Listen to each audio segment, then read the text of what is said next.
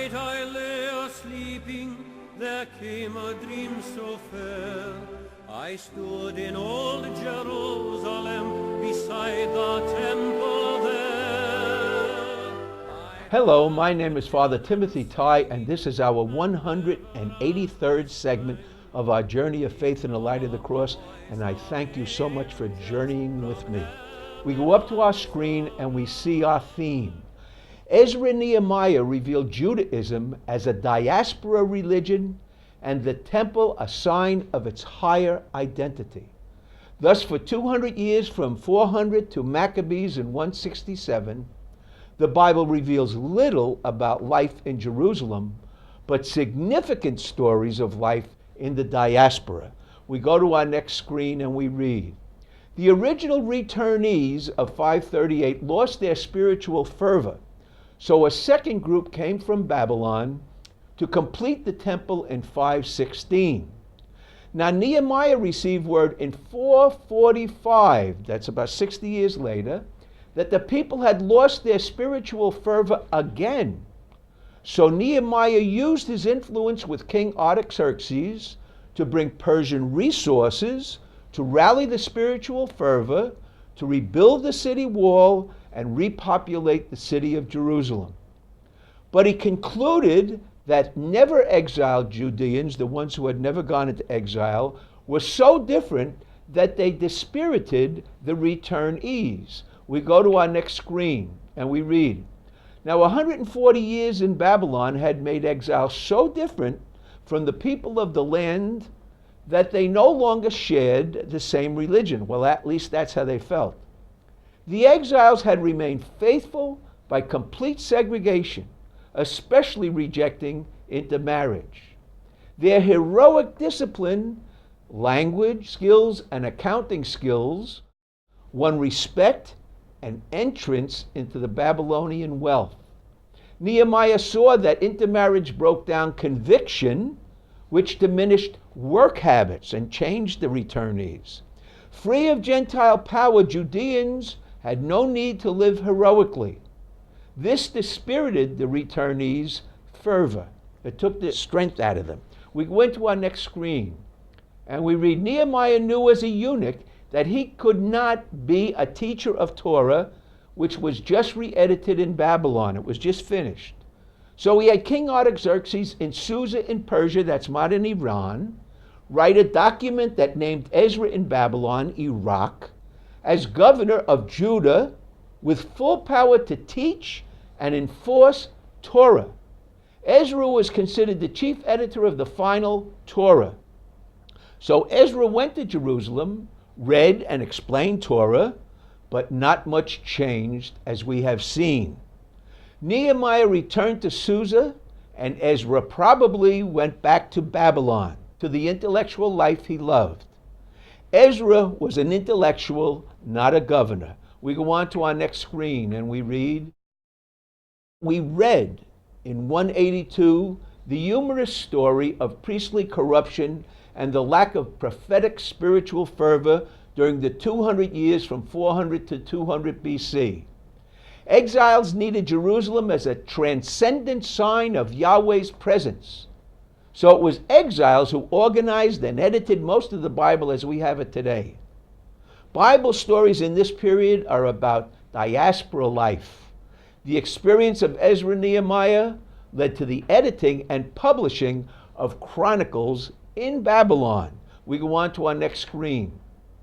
Chronicles and Ezra, Nehemiah were edited in Babylon, for the spiritual needs of the exiles were much deeper than those of native Judeans. Jerusalem, as restored in 400, was a city-state more than a kingdom. It was about 20 miles east-west wide and 20 miles north-south. We do not know why, but it took great effort by Nehemiah to get the returnees to live up to their original commitment to live in Jerusalem, which they had made in Babylon. We go on to our next screen. The exiles also enforced the law that priests and Levites were not to own land in Israel, so hopefully they would stay in the city of Jerusalem. Exiles needed a temple alive with signs of Yahweh's presence. So they would support priests and Levites with pilgrimages to the city and with generous temple offerings for sacrificial blood and purifying water to flow. So the blood came out and they needed water, and it went down in the valley, but it was alive. Scholars believe that Ezekiel visited Jeremiah in Jerusalem a few times before its destruction, which means travel was not unusual even in 590. So pilgrimage from Babylon to Jerusalem was reasonable. We go on to our next screen and we read, the exiles needed the temple in Jerusalem for their life-demanded sacrifice. And they needed a sign that heroic exiles over the diaspora, over the world, were making the same sacrifices for Israel and Yahweh as they were. As the sages were quoted in segment 182, the true Israelite was a man in total control of his inclinations, a man of perfect self-control, equal to a eunuch. Only such a man would be allowed to enter into the domesticated world of powerful elite families in Babylon. We go on to our next screen. The true Judean never revealed a threatening face. He never gossiped, and he retired to a separate world from which no gossip emerged, the Jewish ghetto. He often worked long hours alone and returned home only on Sabbath. He was so controlled that it often had a negative effect on his marriage, for he felt uncomfortable and feared losing sexual control.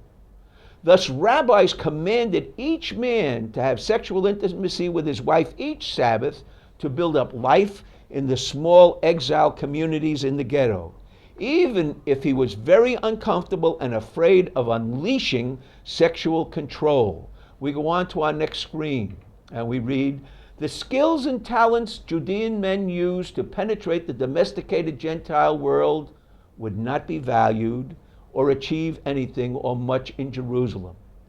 The dress code and the conduct of Jewish men in exile was so distinct that if one Judean man committed a sexual indiscretion or a violent act, Gentiles often felt free to punish any other fellow Jew in the area. Their dress code always reminded them of who they were and what was at stake. All these thoughts and responsibilities were symbolized and made sense when they remembered the temple in Jerusalem.